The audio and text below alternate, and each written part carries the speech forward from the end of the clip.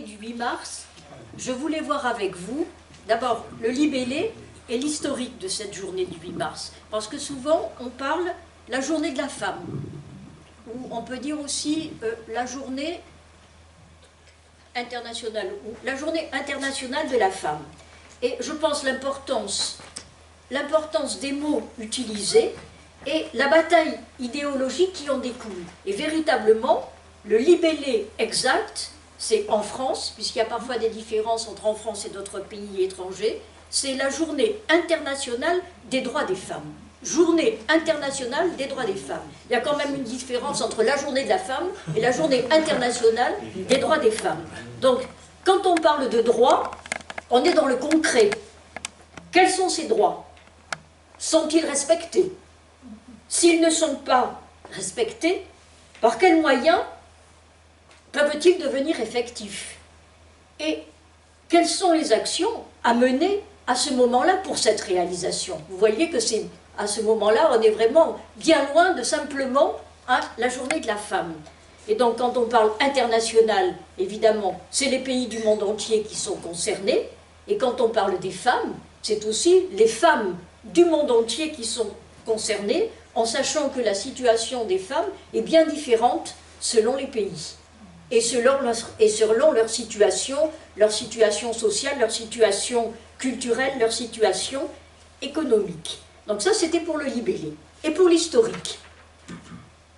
Pour l'historique, Clara Zetkin, 1857-1933, socialiste allemande, amie de Rosa Luxembourg, initiatrice de la Journée internationale des femmes en 1910 à Copenhague, lors du Congrès des femmes socialistes.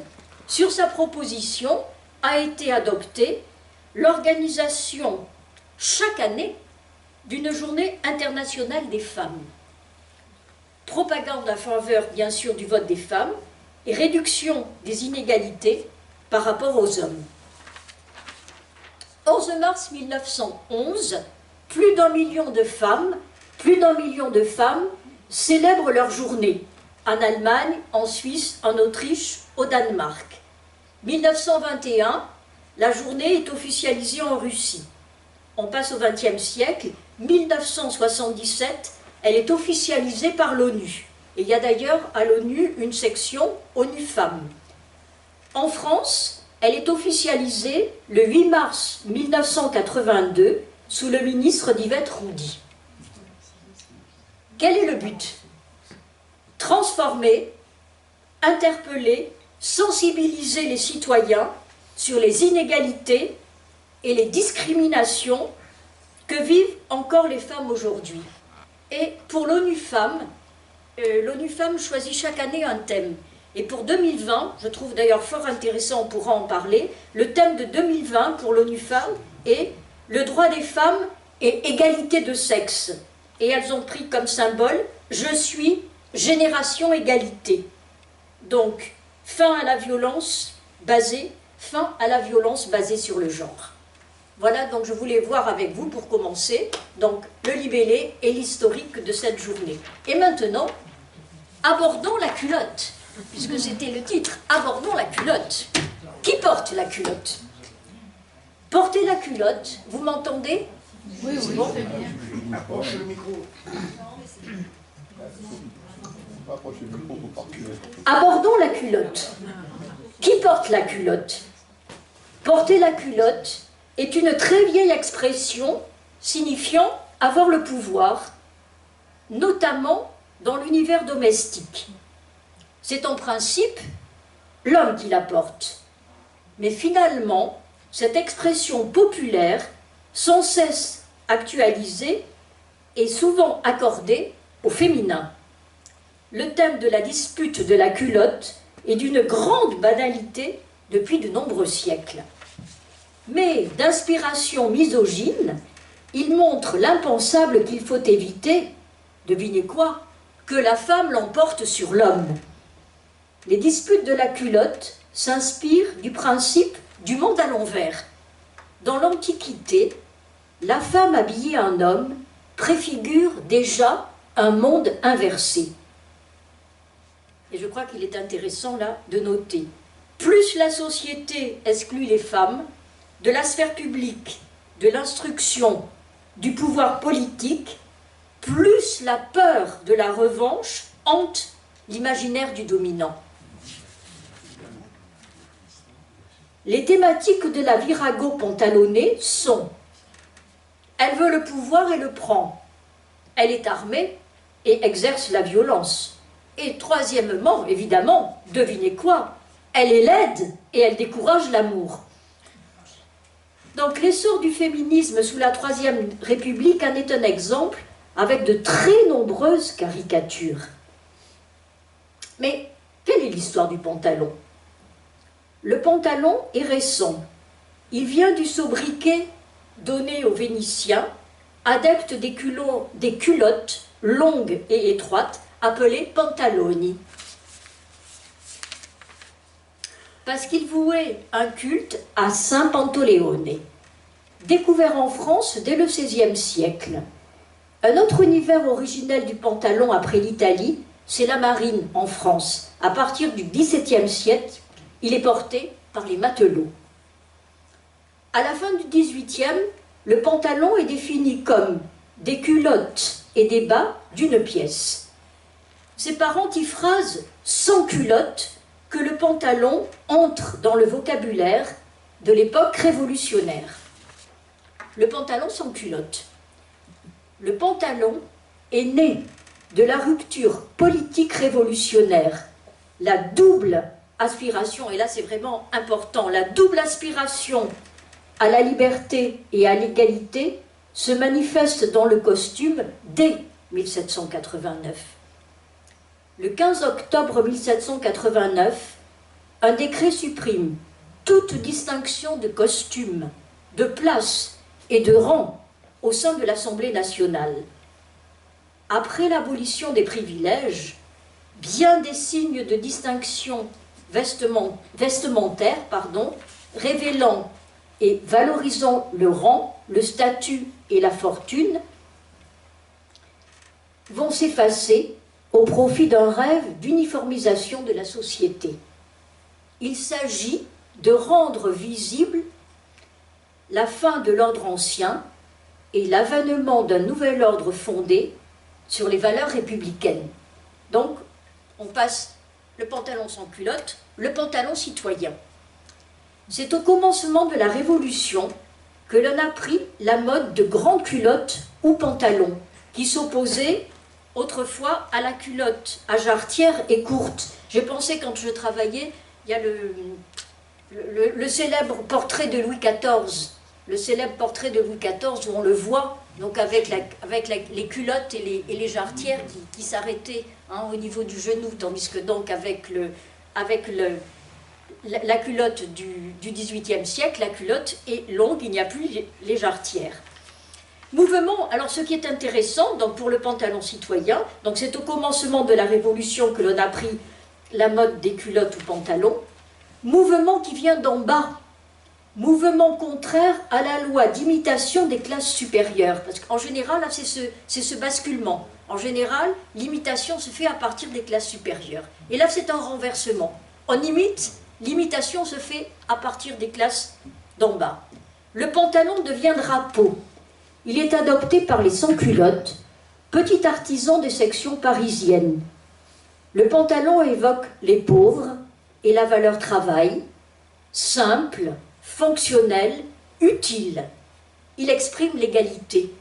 Le pantalon est devenu un symbole politique durable.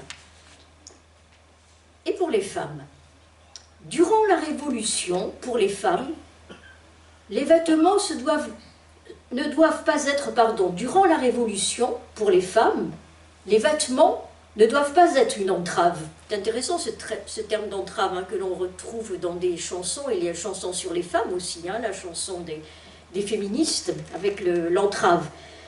Donc les vêtements ne doivent pas être une entrave, avec la possibilité bien sûr de se déplacer facilement. Et on retombe sur ce droit important, le droit d'aller et de venir, qui était évidemment souvent refusé aux femmes, puisque les femmes devaient rester dans la sphère privée, elles ne pouvaient pas sortir et n'avaient pas le droit d'aller et et venir.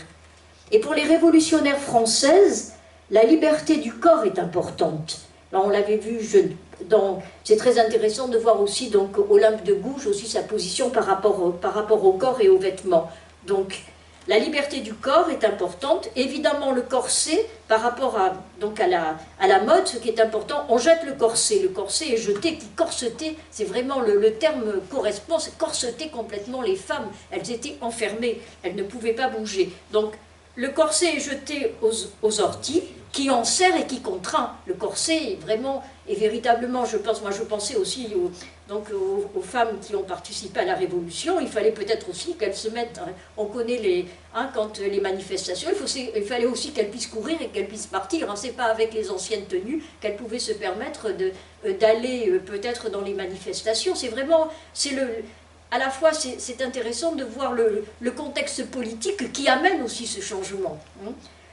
Donc le corset est jeté aux orties, il enserre, il contraint. Proposition, et on voit aussi apparaître au moment de la Révolution française, proposition d'un habillement égal, uniforme et national, sans distinction de sexe. Peut-être un peu triste, mais bon, c'était quand même... donc égalité, uniformité nationale, mais important, ce qui était important, c'était sans distinction de sexe. Et j'ai retrouvé, pour Olympe de Gouges, et j'ai trouvé ça intéressant et je voulais vous le rappeler, Olympe de Gouges appelle en 1792 ses concitoyennes à abjurer l'aristocratie de la beauté qui les divise et les pousse à médire les unes des autres.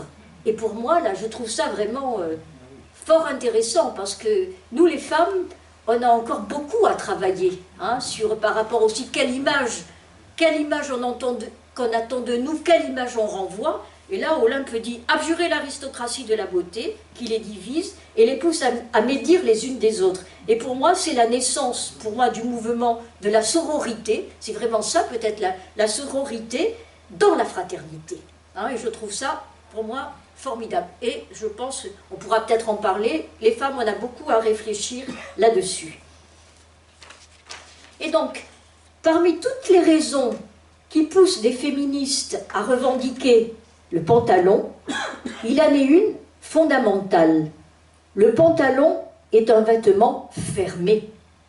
Mais surtout, le pantalon n'est pas simplement pratique, notion éminemment fluctuante, il symbolise surtout le masculin, ainsi que les pouvoirs et les libertés dont jouissent les hommes. C'est ça que représente le pantalon.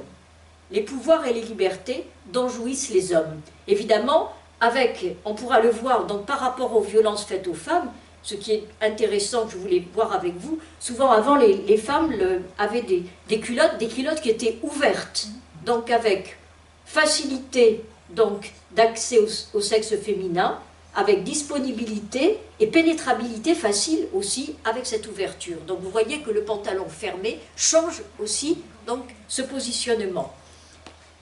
Et donc, nous allons voir maintenant pourquoi l'interdiction. Pourquoi interdire le pantalon aux femmes? Et là, nous sommes au XIXe siècle. L'interdiction de s'habiller en homme. Ce texte, je vous lis. Le 7-11-1800, une ordonnance de la préfecture de police de Paris interdit aux femmes le port des habits de l'autre sexe. Et elle précise, donc cette première ordonnance précise une autre ordonnance, elle précise l'ordonnance du 29 octobre 1793 sur la liberté de porter tel vêtement et ajustement, mais ce qui est précisé, c'est de son sexe. Donc, il y a la liberté de s'habiller comme on veut, mais on doit s'habiller dans son sexe, qui correspond à son sexe. Donc, ce texte donne des moyens, pour moi ce texte donne des moyens accrus à la police pour contrôler la population, qui caractérise bien sûr le consulat puis l'Empire. C'est donc dans un contexte particulièrement répressif que la décision est prise d'interdire l'intention coupable d'abuser de son travestissement. Intention coupable d'abuser de son travestissement, c'est-à-dire d'usurper l'identité masculine. Mais la décision vise spécifiquement les femmes. Et d'ailleurs, il y a un rapprochement à faire aussi. Quelques mois avant, il avait été interdit aux femmes un autre règlement défendant aux femmes de conduire un cabriolet dans Paris. Donc, interdiction de conduire pour les femmes un cabriolet dans Paris. Il y a aussi le souci de protéger l'État de l'usurpation des fonctions et des titres. Parce que la rumeur court aussi sur la marche dite héroïque des femmes sur Versailles. Vous vous souvenez peut-être de la marche donc, du 5 et 6 octobre 1789, événement décisif, puisqu'il entraîne le retour de la famille royale à Paris. Et des hommes déguisés en femmes se seraient glissés parmi les citoyennes. Donc évidemment, on a toujours peur évidemment de ce déguisement, et donc cette utilisation, ce jeu, pour pouvoir de jouer à ce moment-là, pour pouvoir s'introduire dans certains endroits avec un habit qui ne correspond pas à son sexe. Ensuite, le 30 avril 1793, il y a aussi interdiction faite aux femmes d'entrer dans l'armée, mais des soldats qui sont toujours présents habillés en homme. Mais je crois qu'il faut revenir sur le contexte de la décision de 1800. Le Code civil de 1804, qui va renforcer le pouvoir des hommes et donner le statut de mineur, aux femmes mariées, est en gestation. N'oublions pas donc, 1800, le code Napoléon est en gestation. Active pendant la Révolution, parfois armée et travestie, les femmes doivent rentrer dans le rang. On peut penser à Olympe de Gouges, on pense aussi à certaines révolutionnaires, Théroigne de Méricourt aussi, qui étaient habillées aussi en hommes, qui avaient aussi à la ceinture des pistolets pour se défendre. Donc là vraiment, en 1804, on a peur de ces femmes. Donc c'est bien vraiment précisé, actives pendant la Révolution, parfois armées et travesties, les femmes doivent rentrer dans le rang. Leur rappeler qu'elles doivent porter des vêtements de leur sexe est une manière de leur signifier. Et de leur côté, les scientifiques aussi participent activement à la naturalisation des différences de genre. C'est vrai que les scientifiques au moment du 19e siècle, certains ont joué dans ce sens-là, et pour Olympe de Gouges, c'était intéressant de voir que toutes les femmes qui participaient, je dirais, à la Révolution, ont été souvent considérées, on disait que c'était dû, en fait, c'était pas véritablement leur réflexion, leur position politique, mais c'était les humeurs, c'était leurs humeurs, c'était les ovaires aussi, qui parfois, évidemment, les menaient comme ça, c'était des hystériques, c'était le terme employé au 19e siècle, c'était des hystériques. Et non pas du tout, on faisait vraiment table rase pour moi de toute l'analyse profonde, l'analyse à la fois humaine de chacun et l'analyse politique que ces femmes ont amenée. Et donc, en 1800, on voit l'utopie du pantalon, puisque le pantalon est interdit, l'utopie du pantalon. Donc pour les femmes, la mode impose des contraintes de plus en plus fortes, avivant, comme le montrent certaines utopies du siècle, le désir du pantalon féminin. Bien sûr, elles ont envie de ce pantalon féminin. Le socialisme et le féminisme connaissent leur premier développement. En 1843, à Londres, Catherine Barbie, voilà ce qu'elle dit. La femme est esclave des institutions politiques, mais aussi servent des règles sociales, les coutumes notamment vestimentaires, la tyrannisent. Il faut un nouvel habit pour la free woman, et pour mon ami qui n'aime pas les mots d'anglais, je lui dis pour la femme libre.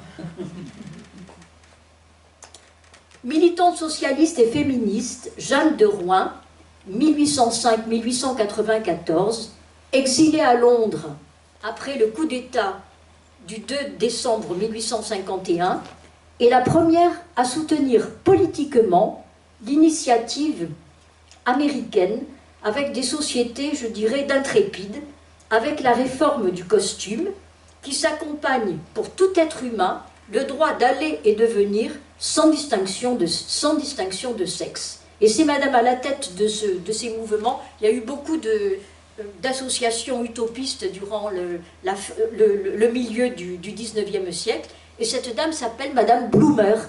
Et d'ailleurs, elle arrivait lors des manifestations et qu'on prenait la parole avec ce fameux pantalon qu'on appelle toujours le bloomer, un peu bouffant. Donc, utopique hier, le pantalon devient réalité. Et on va voir maintenant l'expérience de la liberté. Le port du pantalon et la visibilité des femmes dans la cité, dans le monde politique, littéraire, artistique, et aussi tourné vers l'ailleurs, avec le portrait de femmes hautes en couleur, bien que leur costume reste neutre. Elles sont hautes en couleur, mais le costume reste neutre pour accéder dans ce monde réservé aux hommes. Et Madeleine Pelletier, dont je vous parlerai après, a dit « Mon costume dit à l'homme, je suis ton égal. Mon costume dit à l'homme, je suis mon égal. » Ces femmes utilisent le travestissement pour avoir une vie de citoyenne, engagée et éclairée. Dans l'histoire, les femmes ont dû lutter pour bénéficier des droits qui leur étaient refusés. Personnalité juridique, instruction, je repense à Olympe de Gouges, le droit d'être électrice et d'être éligible, puisque cantonnées dans la sphère privée, sans personnalité juridique. Et là, je voudrais faire un saut dans le passé, parce que j'ai trouvé ça vraiment fort intéressant aussi. En Grèce, était exclu, à Athènes, donc dans l'Antiquité, étaient exclus de la cité, donc de la vie publique, étaient exclus les femmes, les esclaves et les métèques, c'est-à-dire les étrangers. Et dans le berceau de la démocratie athénienne, l'instruction était réservée aux hommes. Et je voudrais vous parler d'une jeune femme, disciple de Platon, qui s'appelle Axiotée de Philonte, qui était une philosophe grecque, donc disciple de Platon et du neveu et successeur à la tête de l'Académie de Platon. Sa ville natale était Philonte, qui était une cité dans le Péloponnèse, alors sous domination spartiate. Et cette jeune femme voulait absolument pouvoir entrer et apprendre et être instruite et pouvoir suivre les cours donc de cette académie. Et comment pouvait-elle faire? Donc elle s'est dit, à ce moment-là, il faut que je me travestisse. Et voilà ce qu'elle dit. Axiotée ne saisissait pas bien la logique qui menait Platon à leur refuser à elle et à ses sœurs spirituelles le savoir, qu'à cela ne tienne. Elle était décidée à s'instruire et à entrer à l'académie. Son sexe était un problème. Elle cacherait sa féminité. Et elle se travestirait. Et c'est ce qu'elle a fait. Donc pour pouvoir rentrer, elle est arrivée à rentrer à l'académie, mais elle s'est travestie. Donc on retrouve toujours, elle s'est fait couper les cheveux étaient coupés, et véritablement, avec les tenues à l'époque, avec les toges, etc., donc elle s'est bandée en fait. Ce qui lui posait un problème, c'était la poitrine. Et donc, elle se bandait. Elle se bandait pour pouvoir, toutes les fois, pour pouvoir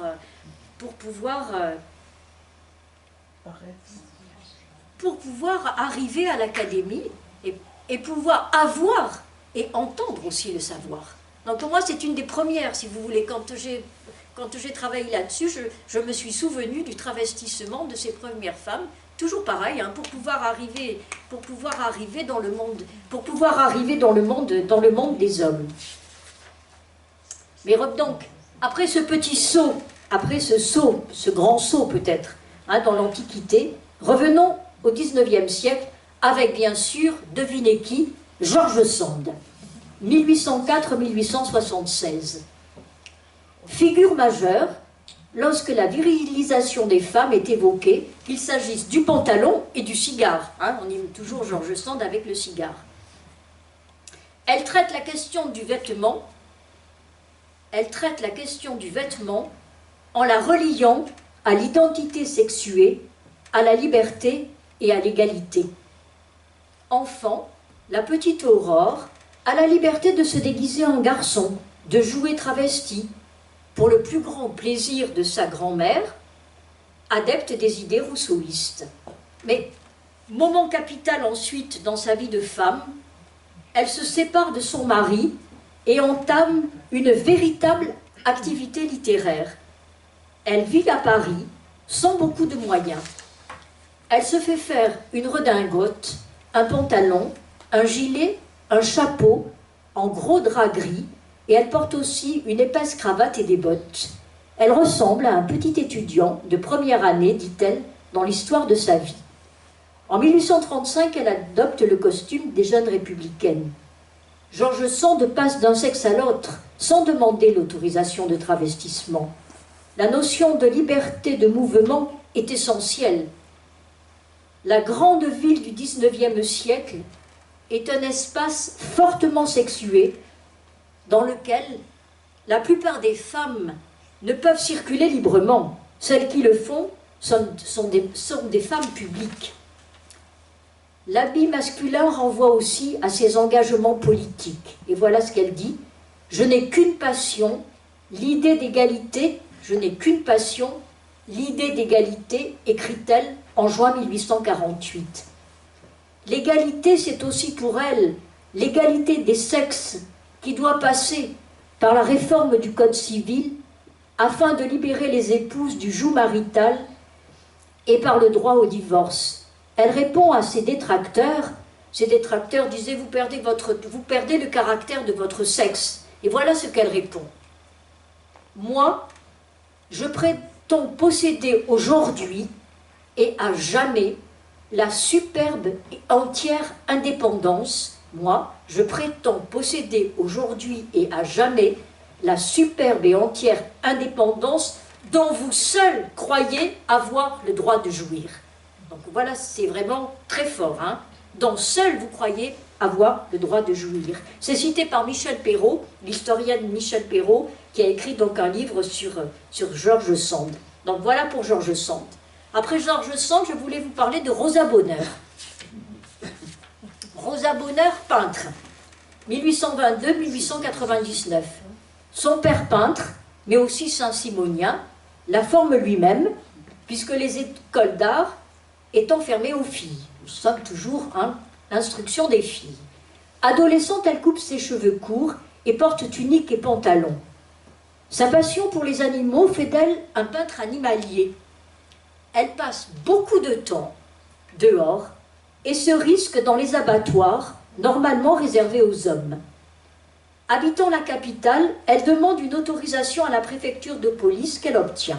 Mais cette autorisation était valable que 6 mois. On ne sait pas, je ne pense pas qu'elle est renouvelée, elle a demandé pour 6 mois. Elle porte, bien sûr, toujours le pantalon et fume cigarette et havane. Elle a une place reconnue dans l'histoire de la peinture. Elle sera faite chevalier de la Légion d'honneur. Elle est donc la première femme ainsi distinguée pour son activité professionnelle. Elle ouvre la voie pour d'autres femmes.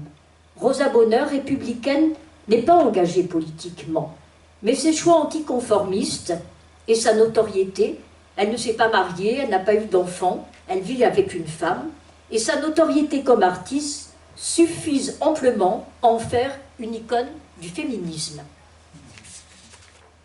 Ensuite, je voulais vous parler aussi de Sarah Bernhardt, 1844-1923. Grande tragédienne et brillante directrice de théâtre, Sarah Bernhardt est aussi, à ses heures perdues, peintre et sculptrice. Photographiée dans son atelier en train de peindre et de sculpter, bien sûr en pantalon. C'est la bohème montmartoise, culture hostile aux valeurs bourgeoises. Elle s'affiche avec ses amis homosexuels, mais s'expose à travers ses choix politiques. Elle est dreyfusarde, elle est hostile à la peine de mort. Et une autre femme intéressante aussi, que j'ai découverte, que je ne connaissais pas, qui se fait appeler d'ailleurs Marc de Montiveau, prénom de son fils. Elle s'appelle Marie-Amélie. Initiée à la peinture et fille d'un médecin libre penseur, attirée par l'écriture, mariée à 17 ans, grâce à son mari, elle pénètre les milieux littéraires. Elle défend les impressionnistes. Son premier ouvrage, Les courtisanes de l'Antiquité, censuré en France, paraît en Belgique. Poursuivie et condamnée à plusieurs reprises en raison de la teneur érotique et anticatholique, elle s'exile un temps en Belgique, comme Victor Hugo. Elle s'engage pour la cause féminine en 1897. Elle rejoint l'équipe de La Fronde, journal, donc on pourrait faire aussi une historique de tous les journaux du 19e. Donc elle rejoint l'équipe de La Fronde, journal féministe, avec à sa tête Marguerite Durand, et elle porte toujours le pantalon, bien entendu. Ensuite, quelqu'un que vous connaissez, qu'on connaît aussi, donc pour aussi les voyages, c'est Alexandra David-Nel, indépendante, féministe, et d'ailleurs elle est issue d'une famille, c'est très intéressant aussi, toute sa famille, c'était aussi des libres, au départ saint-simonien, libre penseur, indépendante, féministe, séduite par les voyages, première femme à rentrer au Tibet, dans Lhasa, la ville interdite, en tenue au départ de mendiante, et toujours ensuite en pantalon. Et j'ai pensé aussi à Isabelle Eberhardt, 1877-1804, qui quitte sa famille à 20 ans, c'était des exilés russes, pour l'autre rive de la Méditerranée et le désert. Elle s'habille en cavalier arabe, se convertit à l'islam, se marie à Slimi Eni, et elle explore les confins algéro-tunisiens, écrit articles, récits sur ses découvertes. Et ensuite, je voulais vous parler aussi, vous imaginez au 19e, je voulais vous parler de Colette, 1873-1954. Donc Colette croise l'histoire du pantalon plusieurs fois dans sa vie. Elle pose en costume masculin, fumant la cigarette. Elle coupe ses célèbres cheveux en 1902. Et voilà ce qu'elle dit, Colette. « Je veux faire ce que je veux. Je veux jouer la pantomime, même la comédie. Je veux danser nue si le maillot me gêne et humilie ma plastique. » Elle laisse libre cours à sa bisexualité avec ses amies Mathilde de Morny. Elle fréquente l'américaine aussi Nathalie Barney. Mais Colette, ce qui est intéressant, mais Colette sait à quel point le vêtement et le geste sont pour les femmes, plus que pour les hommes, un moyen d'expression, une prise de parole. Donc le pantalon est-il politique pour toutes les femmes que nous avons évoquées? Oui, au sens où il est politisé de toute manière par ceux qui les trouvent scandaleuses, où il n'est pas possible de nier la coloration féministe de la prise du vêtement masculin. Oui aussi pour celles qui assument, qui écrivent, qui construisent même leurs personnages publics avec cette image d'elle en pantalon. Pour toutes, le pantalon a une fonction pratique, protecteur dans l'espace public, moins coûteux. Il est tout simplement adapté aux expériences banales de la vie, par exemple comme sur les barricades. La femme en pantalon est bien un symbole politique de la lutte pour l'égalité des sexes. Les féministes de la fin du XIXe siècle, militantes de l'égalité absolue, comme Hubertine Auclair, réclament le droit de vote, l'ouverture de toutes les études et des professions, l'égalité des salaires et la réforme ou la rationalisation du costume, pour elle, est indispensable des autres revendications féminines. Et j'aimerais aussi vous parler d'une autre femme, assez très intéressante aussi, qui s'appelle Madeleine Pelletier, une féministe unique en son genre, 1874-1939. Née dans la misère, elle obtient un doctorat en anthropologie et psychiatrie. Et elle passe l'internat des asiles d'aliénés. Féministes, francs-maçonnes, socialistes révolutionnaires, intellectuelles, théoriciennes, révoltées par les inégalités en tout genre, et qui choisit de faire de l'émancipation des femmes son combat prioritaire, avec des conférences, à la fois conférences, écrits, et pour moi, elle est dans la veine d'Olympe de Gouges. Elle est vêtue d'un complet masculin ordinaire et porte les cheveux courts. Et voilà ce qu'elle dit aussi. Quiconque est vraiment digne de la liberté n'attend pas qu'on la lui donne, il la prend. Hein, c'est vraiment une révolutionnaire. Quiconque est vraiment digne de la liberté n'attend pas qu'on la lui donne, il la prend. Elle dit souvent que le vêtement féminin fait de la femme un objet décoratif ou sexuel, alors que le vêtement masculin fait de qui le porte. C'est intéressant aussi. Alors que le vêtement masculin fait de qui le porte un sujet porteur de la signalétique du pouvoir. Le port du vêtement masculin participe aux stratégies de la lutte contre les violences. Elle dit aussi, il dissuade les suiveurs, éventuellement les violeurs. Il donne l'assurance et l'aisance nécessaires pour réagir en cas d'agression. Il modifie l'allure, les attitudes, mais il est aussi appelé à transformer le corps féminin, débarrassé de ses entraves, on retrouve de nouveau le terme d'entrave, débarrassé de ses entraves, libre de se développer et de se muscler. Et elle a eu de hautes responsabilités politiques et surtout, elle est la première féministe française à militer pour le droit à l'avortement, brochure avant 1914, sans craindre la loi qui l'interdit et qui réprime ce qu'on appelait les faiseuses d'anges. Elle réalise des avortements dans son cabinet médical et en 1939, écoutez, en 1939, elle est dénoncée à la police par le frère d'une de ses clientes clandestines, frère au demeurant responsable de la grossesse de sa sœur. Elle est arrêtée et placée à l'asile de Perret-Vaucluse, où elle mourra 6 mois plus tard. Et voilà ce qu'elle dit, hein, dans les mots de conclusion de son autobiographie. « Je reste féministe, mais les mentalités d'esclaves me révoltent. » Donc elle trouvait vraiment même que les femmes n'étaient pas assez combattantes et que les hommes aussi n'étaient pas assez dans ce changement. Donc c'est fort aussi, hein, les propos de Pelletier. Je reste féministe, mais les mentalités d'esclaves me révoltent. Et je voulais vous parler aussi pour moi, ce que j'ai appelé le travestissement symbolique. J'ai entendu parler de Sophie Germain, que je ne connaissais pas. J'ai entendu dans une émission sur France Culture.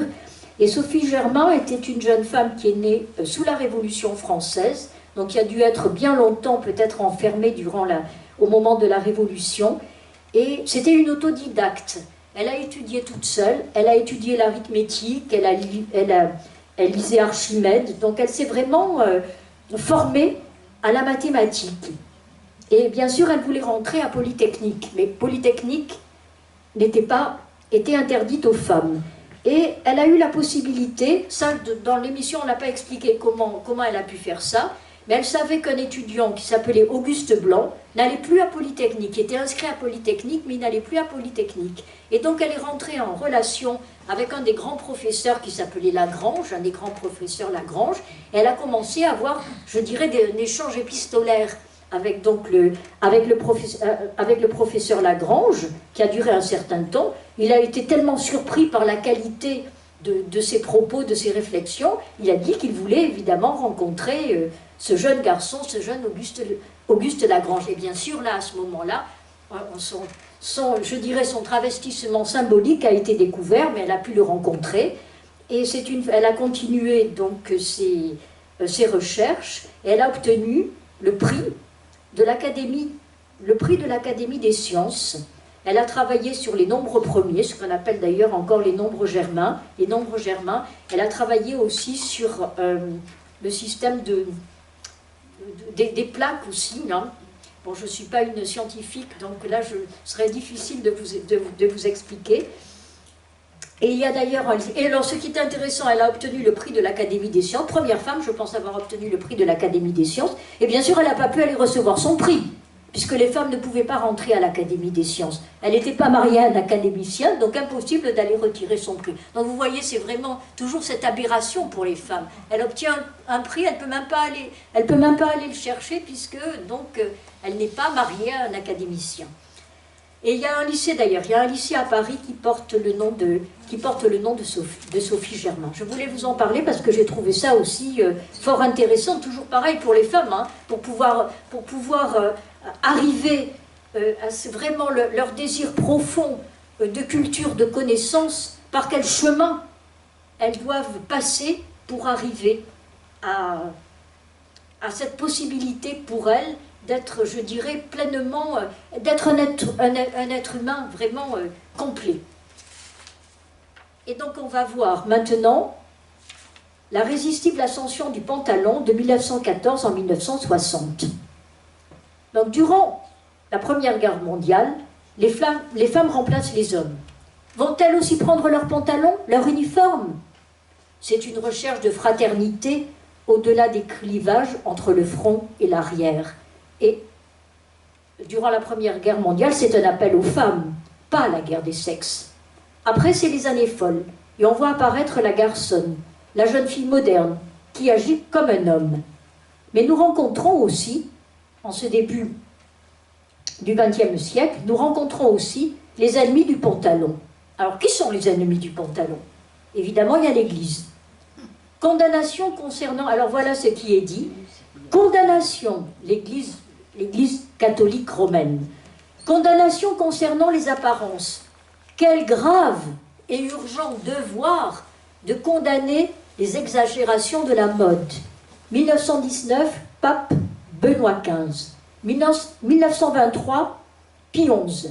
Pour entrer au Vatican, les femmes doivent avoir une robe absolument montante et les manches suffisamment longues.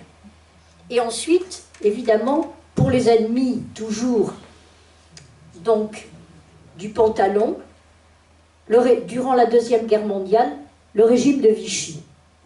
Interdiction vestimentaire, bien sûr, interdiction du short d'été, interdiction du pantalon l'hiver, mais sauf pour les athlètes qui défilent. Là, pour les athlètes qui défilent, évidemment, pour la force à ce moment-là, pour la force du régime, allez, en short, en pantalon, qu'on voit bien les formes de ces belles femmes-là qui doivent faire après plein d'enfants. Et après, donc, ces interdictions, nous passons bien sûr, devinez à quoi? Il est interdit d'interdire. Hein? Que lit-on sur les murs de mai 68? L'ordonnance de 1800 est désormais presque oubliée. L'interdit du pantalon féminin n'est pas pour autant levé en tout temps et en tout lieu. On a retrouvé en 1954, donc, le pantalon féminin est considéré comme un outrage au tribunal. Le magistrat a refusé le témoignage d'une femme portant un pantalon. Après 68, il était interdit de porter le pantalon à l'école, aussi bien pour les enseignantes hein, que pour les élèves. Et voilà, j'ai retrouvé donc une enseignante, je voulais vous lire, une enseignante au petit lycée Henri IV. Donc je ne savais pas, moi je savais qu'il y avait un lycée Henri IV, je ne savais pas qu'il y avait un petit lycée Henri IV. Donc ça sera à voir. En 1969, Colette Cosnier se souvient avoir été rabrouée par un proviseur, entre parenthèses, pourtant éclairé, parce qu'elle portait le pantalon un jour de grand froid. Et voilà ce qu'elle dit. « Mais monsieur le proviseur, lui dit-elle, à partir de combien de degrés en dessous de 0 peut-on porter le pantalon ?» Et voilà ce qu'il lui répond. Moi, j'en étais, quand j'ai lu ça, j'en suis encore... Bon, je ne sais pas. J'en porte toujours un, lui répond-il. Là, j'ai trouvé ça, mais alors... Bon. Et l'un des anciens du lycée lui refuse tout soutien. Et devinez ce qu'il dit, ce cher monsieur. Moi, j'aime tellement mieux quand une femme est une femme. Et donc là, c'est 69, 1969. Mais que dit le droit? Mais que dit le droit? Laurent Gimalac, avocat spécialiste du droit de la mode, explique: le droit est en quelque sorte l'arbitre entre la liberté d'être soi et le devoir d'être un autre dans la sphère du travail. La liberté de se vêtir est toujours garantie par le décret qu'on avait vu de 1793. La Convention européenne des droits de l'homme ne l'évoque pas. Le Code du droit ne traite pas directement de la question du vêtement, mais des articles... Le Code du travail, pardon. Le Code du travail ne traite pas directement la question du vêtement, mais des articles disposent que les restrictions des libertés individuelles et collectives doivent être justifiées par la nature de la tâche à accomplir et proportionnées au but recherché. Le droit au pantalon est reconnu porté, par exemple, sous la robe réglementaire. Le conflit opposant liberté individuelle est loin d'être réglé. L'appréciation de la tenue vestimentaire est encore un domaine où l'abus du pouvoir de l'employeur peut s'exercer. Au juge de montrer que dans bien des cas, il y a un motif illicite de licenciement, au syndicat également de réagir. Et maintenant, je voulais vous parler des femmes politiques. Les femmes politiques. Donc, au XXe siècle.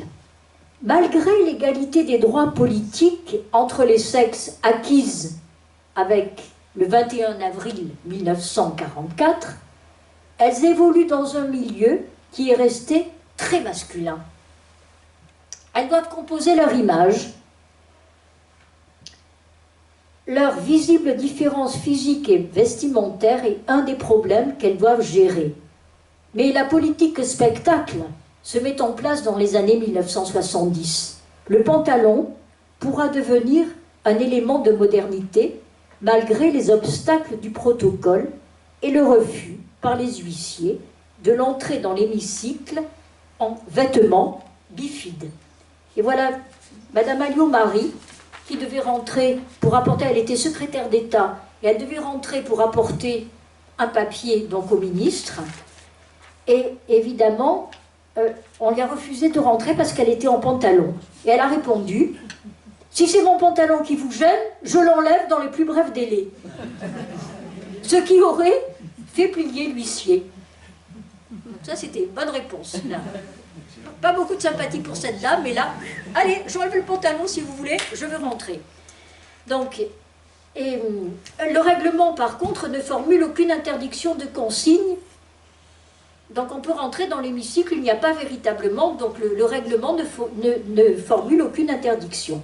Et ce que j'ai trouvé fort intéressant, pour les femmes politiques, en 1978, Chantal Leblanc, qui vient d'être élue, arrive à l'Assemblée en pantalon de velours et sabots, soit des vêtements de tous les jours. Et voilà ce qu'elle dit, et je trouve ça aussi très intéressant. C'est pour elle une question éthique.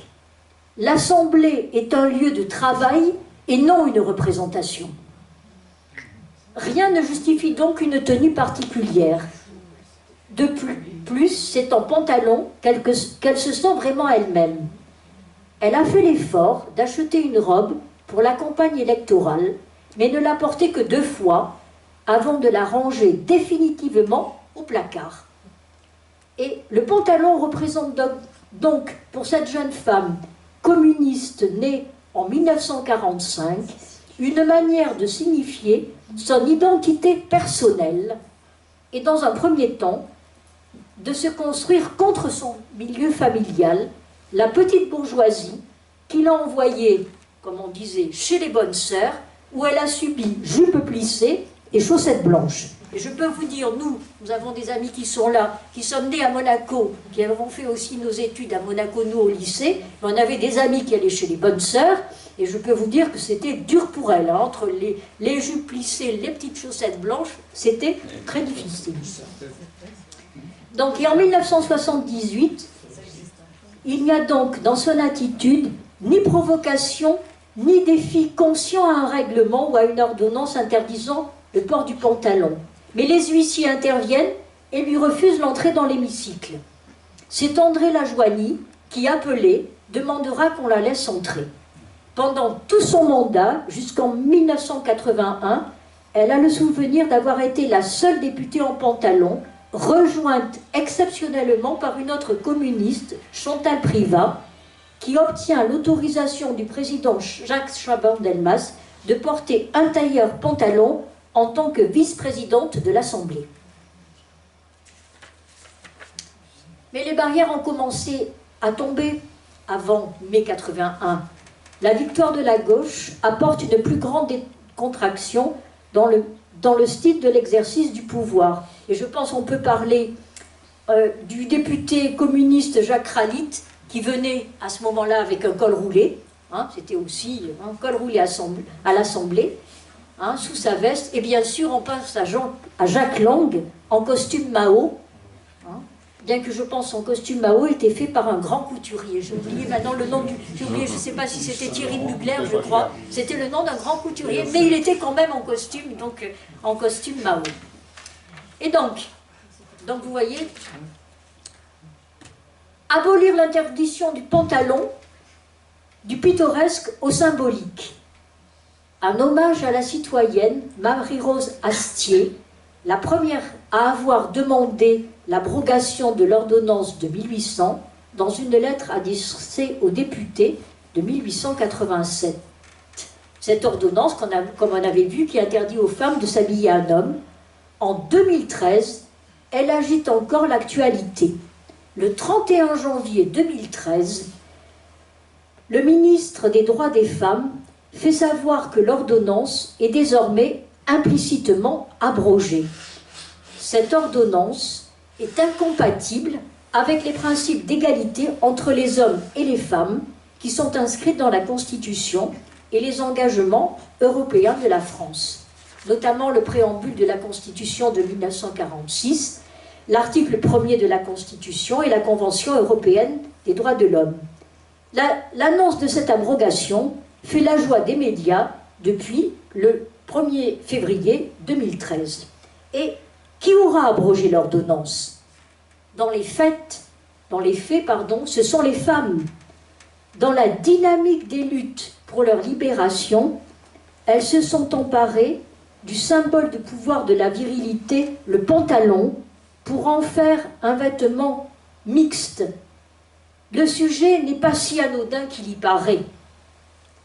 Il ne faut pas oublier ça. Le sujet n'est pas si anodin qu'il y paraît. Le sexisme passe toujours par le corps et ses apparences. Le sexisme passe toujours par le corps et ses apparences. Et rappelons, vous en souvenez peut-être, la double actualité vestimentaire de Cécile Duflot, ministre du Logement, qui fut, au cours de l'été 2012, d'abord critiquée par sa désinvolture, son mépris des codes, parce qu'elle avait évidemment porté un jean, puis victime de commentaires sexistes lorsqu'elle est apparue dans une jolie robe estivale à l'Assemblée une semaine plus tard. On peut dire que le symbolique est le levier du changement social. Et donc, est-ce qu'on peut voir le pantalon? On va essayer de voir le pantalon sous les valeurs républicaines. Première valeur, la liberté. Oui, c'est possible. Mais le droit du travail, dans certaines conditions, impose la jupe aux femmes. La jupe masculine est à la recherche de son acceptation sociale. Parce que c'est vrai que certains couturiers aussi lancent aussi la jupe pour les hommes. Donc, la jupe masculine à la recherche de son acceptation sociale.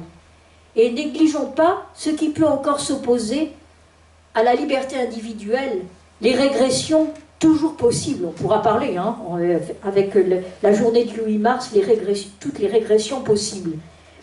Et comme exemple, en 1968, les Afghanes allaient suivre en jean, quand elles pouvaient y aller, hein, leur cours à l'université de Kaboul. 1968, elles étaient en jean, les Afghanes. Ensuite, l'égalité. Tous à la même hauteur, disait la Carmagnole. Oui, la Carmagnole, j'ai oublié de vous dire, donc, pour l'habit révolutionnaire, il y avait donc le pantalon, et il y avait aussi cette petite veste qu'on appelait la Carmagnole. Et donc, dans la chanson, pour l'égalité, c'est intéressant, tous à la même hauteur, disait la Carmagnole. Mais difficulté peut-être à penser les vêtements de l'égalité. Mais le pantalon porté par l'artisan parisien a circulé, comme je vous avais dit, du bas vers le haut. Et c'est pareil pour le jean, qui a été véritablement le symbole peut-être de nos dernières années. C'est pareil, le jean, du bas, vêtements de travail, et monté vers le haut. Et pour la fraternité, on peut dire avenir où le féminin serait imbibé de masculin et le masculin de féminin. On peut poser la question. Le pantalon quand la jupe est obligatoire, point d'interrogation. La jupe quand le pantalon est imposé. Et les hommes en jupe, feront-ils plus souvent la vaisselle? Et les hommes en jupe, feront-ils plus souvent la vaisselle? Un peu moins la guerre? Nous revoilà à la journée du 8 mars. Et pour terminer, je voudrais vous parler, comme on a parlé de Clara Zetkin, je voudrais vous parler de Rosa Luxembourg, amie de Clara Zetkin. Rosa la Rouge, 1871-1919, avec qui, donc avec Clara Zetkin, avec qui elle forme la Ligue spartakiste, avec d'autres opposants. Il s'opposait à la guerre, d'ailleurs, ce qui vaudra à Rosa d'être condamnée pour incitation à la désobéissance avant sa fin tragique. Et voilà ce qu'elle écrit en 1912 dans Suffrage féminin et lutte des classes. Il y a 100 ans, le Français Charles Fourier, l'un des grands prophètes des idéaux socialistes, a écrit ces mots mémorables: dans chaque société, le degré d'émancipation des femmes est la mesure naturelle de l'émancipation générale. Et je pense donc que Fourier, d'ailleurs, reprend là les idées de Condorcet. Donc, dans chaque société, le degré d'émancipation des femmes est la mesure naturelle de l'émancipation générale. Et là, elle reprend sa position politique. Grâce au prolétariat féminin, le suffrage universel égal et direct des femmes ferait avancer considérablement et intensifierait la lutte des classes du prolétariat. Et elle dit, c'est la raison pour laquelle la société bourgeoise déteste et craint le suffrage féminin. Donc c'est tout le mouvement d'ailleurs au XIXe siècle, hein, puisque le suffrage féminin a été obtenu qu'en 1944. C'est pourquoi nous le défendons. En France, hein. Oui, en France, oui, bien sûr. Au Royaume-Uni, Ah ben bien sûr, en France. Bien avant, en Turquie aussi, etc. En France. Merci de le Merci madame. Parce que bon, quand on Vous avez raison. On n'est pas bon. Merci. C'est la raison pour laquelle la société bourgeoise déteste et craint le suffrage féminin. Et c'est pourquoi nous le défendrons et nous l'obtiendrons.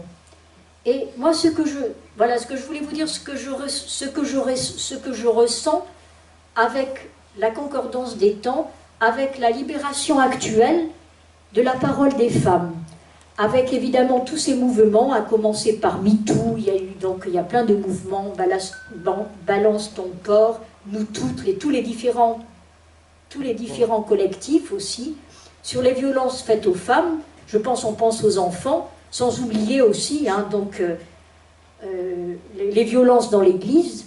Pour moi, rentre dans un processus véritablement très profond. Quand j'ai écrit, je dis quasi révolutionnaire, mais peut-être là j'étais emportée, là j'étais dans le 19e siècle, donc là j'étais peut-être emportée, c'est peut-être un peu trop fort. Mais en tous les cas, pour moi, dans un processus très profond, qui bouscule les idées reçues, les préjugés, on pourra peut-être parler, c'est vrai que certains propos, je pense, il y a les propos de Adèle Haenel, de Virginie Despentes, hein, qui, évidemment, pour moi, illustrent aussi ce combat et l'acuité, je pense quand même, de la force de ce combat et des rapports de force. Et je voulais vous lire, j'ai lu aussi récemment, évidemment, c'est la lutte des femmes, de toutes les femmes sud-américaines, et j'ai entendu pour les femmes mexicaines.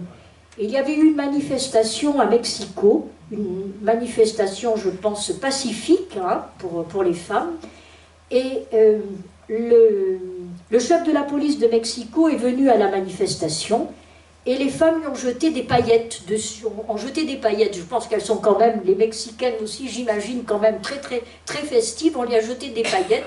Il a été absolument outré, hein, de ce jet de paillettes. Il a dit qu'on ne pouvait pas parler avec des personnes qui jetaient comme ça des paillettes sur la tête des gens. Et voilà ce qu'elles ont répondu. Les paillettes, ça se balaye. Les murs, ça se repeint.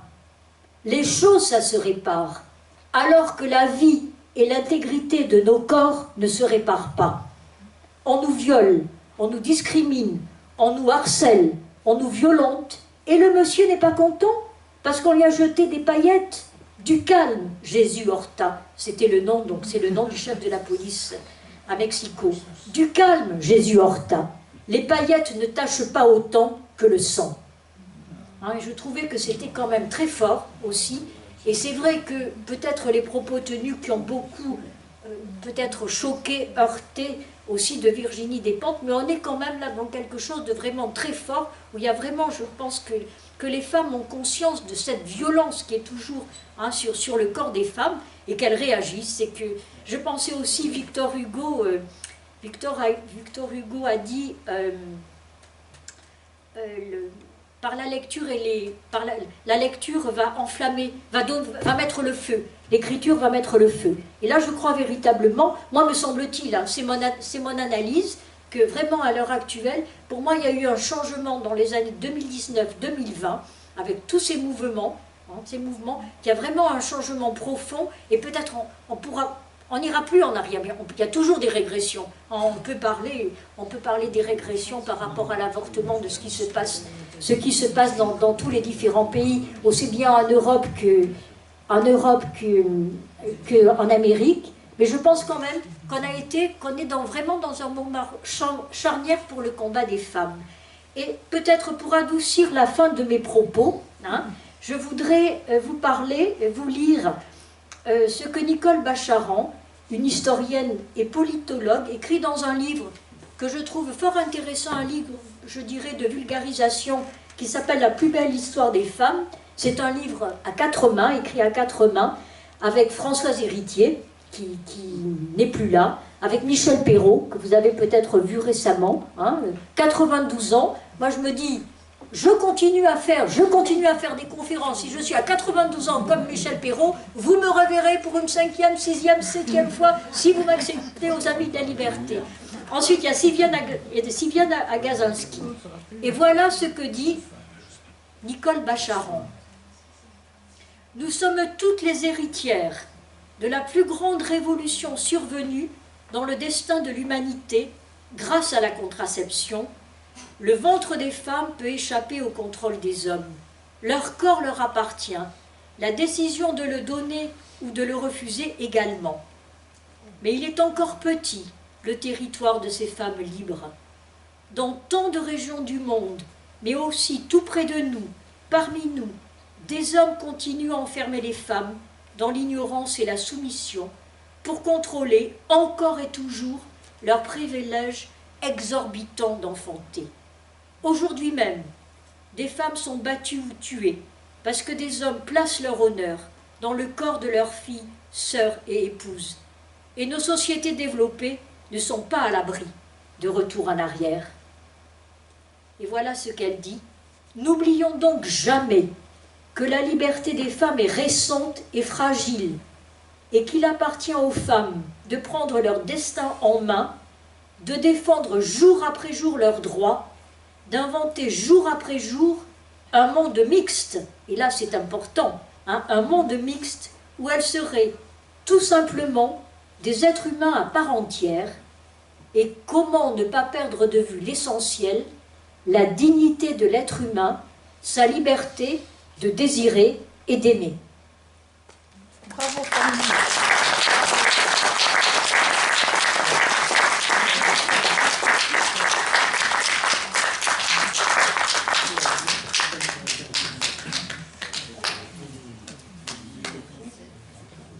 Je ne sais pas s'il y a des questions. Je voulais aussi peut-être, pour la discussion, j'ai trouvé quand j'ai cherché, quand j'ai travaillé sur l'historique de la journée du 8 mars, j'ai trouvé donc pour ONU Femmes, dans le cadre de ONU Femmes, j'ai trouvé aussi, on pourrait voir, d'ailleurs ça serait intéressant si vous voulez réfléchir, les 5 innovations qui ont été importantes pour la vie des femmes dans le monde. Les 5 innovations qui ont été importantes dans le monde. Donc je ne sais pas si vous voulez réfléchir aussi pour vous sur les 5 innovations. Il y a des questions. Oui, une. En fait, c'est pour apporter un complément. C'est une lutte permanente. Donc moi j'étais satisfait de voir la manifestation à Nice. C'était des jeunes femmes. Donc ça c'est très positif, mais c'est un combat permanent parce qu'on voit qu'il y a des élus comme le Rassemblement national qui veut rembourser les IVG, on voit des mouvements complètement qui refusent en réalité l'émancipation de la femme, et je crois aussi il y a des mots à supprimer. Quand on dit on a vu par exemple ce qui s'est passé aux Indes, les femmes indisposées, c'est un mot à supprimer, ça veut dire elles sont pas disposées pour les hommes quand ils veulent, quoi. Je veux dire, ça c'est des choses qu'il faut supprimer. L'importance de la sémantique. Et ce qu'il y a, c'est qu'aujourd'hui il y a des avancées en France, mais quand on regarde, on a parlé de la Turquie. Regardez, en 1927 ou 1924, 28, donc Atatürk avait autorisé les femmes, etc. On a vu l'Égypte aussi à une période où il y avait une libération assez importante. Et quand on voit aujourd'hui, avec le soutien des intégristes, c'est dramatique, c'est un recul en arrière considérable. Donc c'est une lutte où il n'y a pas d'acquis, à vrai dire. Il y a une révolution permanente. Et vraiment à faire des efforts considérables pour que la femme elle a toute sa place dans notre société. Je pense à l'avortement aussi, le droit à l'avortement. Vous voyez toutes les batailles, le recul à l'heure actuelle dans de nombreux pays. Aux États-Unis. Aux États-Unis.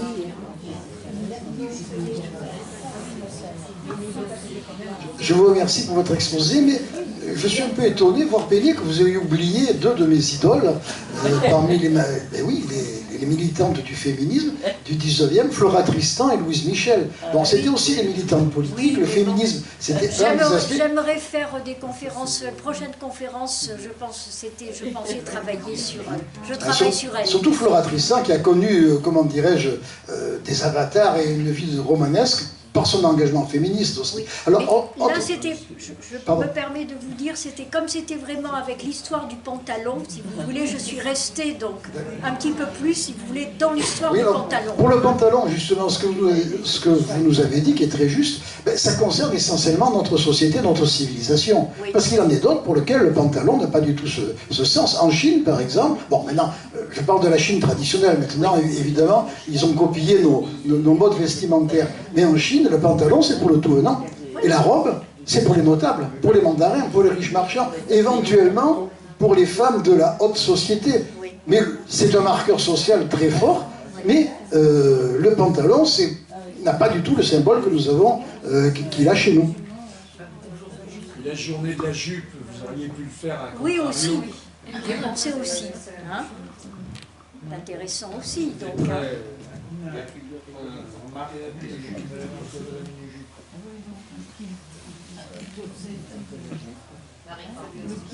à propos d'acquis, j'ai travaillé en Tunisie au début, dans les années 65-70. L'avortement était fortement conseillé et fait dans les hôpitaux pour les femmes ayant 3 enfants. Il était de toute façon permis, autorisé et sans autorisation du mari surtout. Oui, oui. Oui, parce que, Donc oui. les filles étaient en mini-jupe, les Tunisiennes, plus que nous. Oui. Alors qu'en France, pas d'avortement, pas de mini-jupe. D'autre part, comment on explique aujourd'hui que la jupe est condamnée beaucoup plus que le pantalon? Vous avez vu le film La Jupe, où la jupe est considérée comme attirant les hommes. Oui, C'est... oui, ben c'est bon, ça reprenait peut-être ce que disait Madeleine Pelletier aussi. Hein, donc, mais là, je pense que les femmes doivent beaucoup travailler là-dessus. Hein, je pense qu'on a un travail énorme, comme je vous disais aussi, hein, à faire sur à la fois notre image, notre propre image et l'image qu'on veut renvoyer. Hein. Donc là, je pense qu'il y a un travail très fort à faire, mais c'est vrai que la jupe, comme disait Pelletier, peut-être Madeleine Pelletier, c'était à ce moment-là rendre la femme aussi, la rendre à la fois attractive et être objet sexuel. Hein. Enfin, on est toujours avec le problème de l'ouverture, là, véritablement. Hein. Le pantalon qui permet, qui est fermé, et la jupe qui est ouverte. Hein. Donc on est dans cette symbolique-là aussi. Hein. Donc la femme offerte, c'est plus facilement offerte avec la jupe. Ajoutez le jean déchiré. Et oui. Comme si, vous voyez combien je suis violenté, violé, vous pouvez continuer, c'est commencé. Oui. Et l'homme aussi, il met les jeans déchirés. Oui, mais là c'est volontairement érotique. C'est intéressant hein, pour les jeunes. Je ne sais pas comment la symbolique aussi du jean déchiré.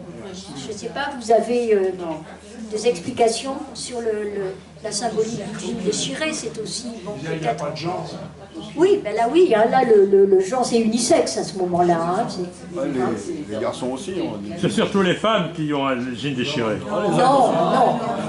Il y a pas mal d'hommes. Il y a beaucoup de jeunes garçons. Les hommes ont suivi. Les hommes ont suivi. Le jeune garçon, en plus, le pantalon est presque baissé, on voit le maillot. Ah oui. Les fesses. Ça, c'est notre symbole. L'origine, elle vient des prisons aux États-Unis. Quand on baisse le pantalon, si tu veux, tu peux venir. Voilà, c'était sexuel en réalité, c'était voilà. Et alors, les jeunes qui se promènent. Ça, c'est le. Et moi je voulais peut-être si... Pardon. Moi, ce qui me surprend un peu, c'est que dans cette histoire de pantalon, il me semble qu'on aurait pu parler un petit peu de la hiérarchie de l'Église. C'est-à-dire que, par exemple, en France, le curé de base a le pantalon. Mais plus on monte dans la hiérarchie jusqu'au pape, et plus ils sont vêtus de ce que nous on appelle couramment une robe. Même si c'est une soutane, c'est une robe. Le pantalon, même si dessous ils ont un pantalon, oui. On n'en sait rien, je ne vais pas vérifier. Donc, il me semble qu'il y a là un contraste un peu alors que les femmes n'ont aucun accès à cette hiérarchie dans l'Église catholique, et très peu dans les autres églises, quoi qu'on en dise. Mais le pantalon, donc c'est le petit curé de campagne, le curé de base qui porte le pantalon. Le pantalon est populaire. Hein. Oui, le curé de base, celui qui est responsable d'une paroisse. Et un clin d'œil pour nos Écossais. Oui. Pourquoi Font-ils la vaisselle? Non, mais ça, c'est une autre question. Et pourquoi ils se...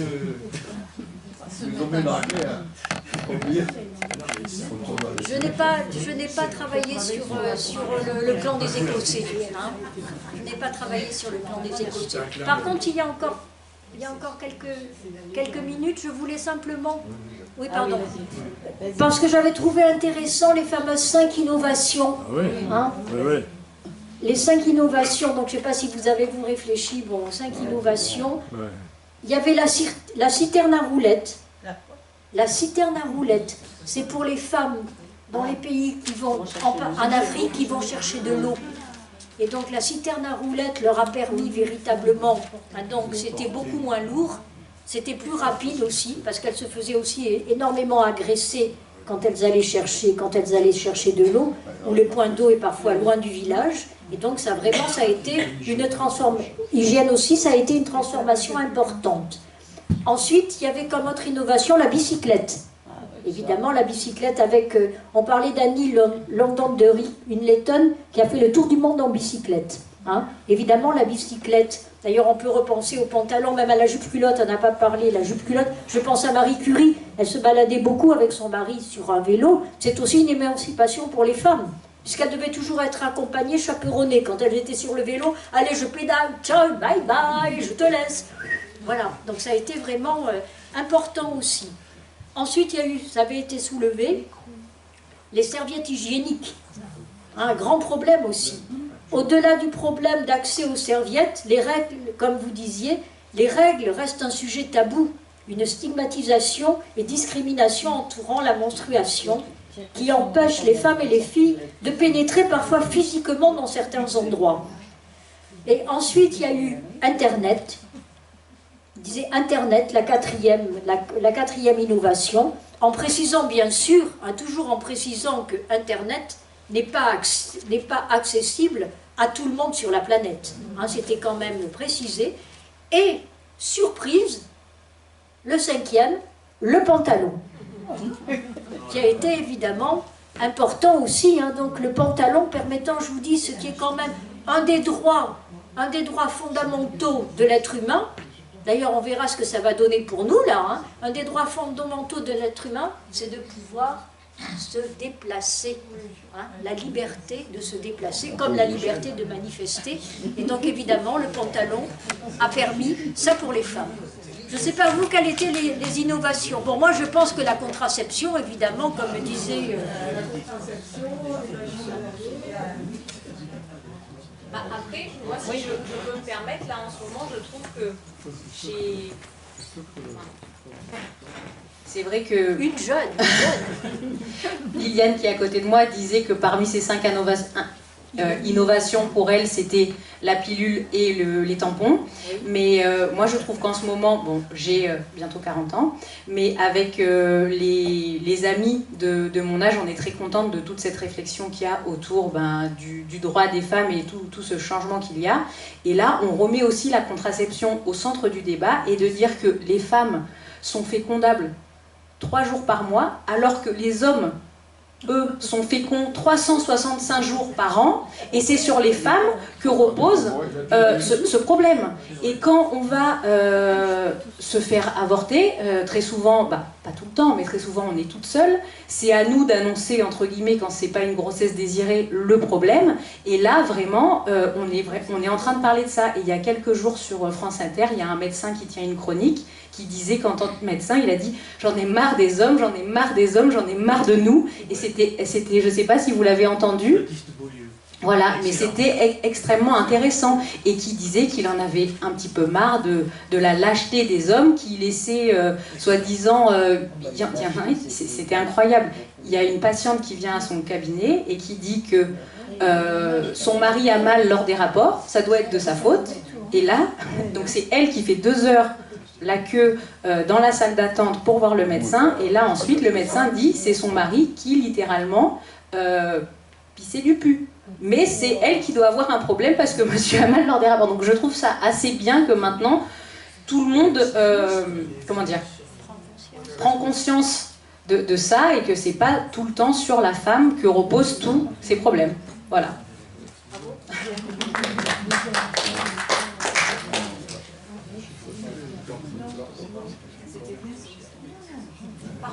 L'orthographe de fécond.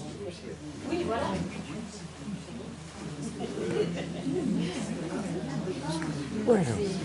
D'autres interventions? Non. Donc je travaille sur vos héroïnes préférées, monsieur. Pour moi aussi, hein. Elles sont... Sur Flora Constant et Miss Michel. Oui, puisque l'an prochain, c'est les 150 ans de la commune. Ah oui. Et donc, tu es déjà programmé. D'accord.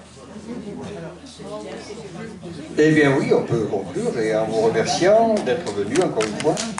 Et puis, le 26, normalement, tenez-vous au courant, on vous informera de ce qui se passe d'ici là. Bonsoir. Bonsoir.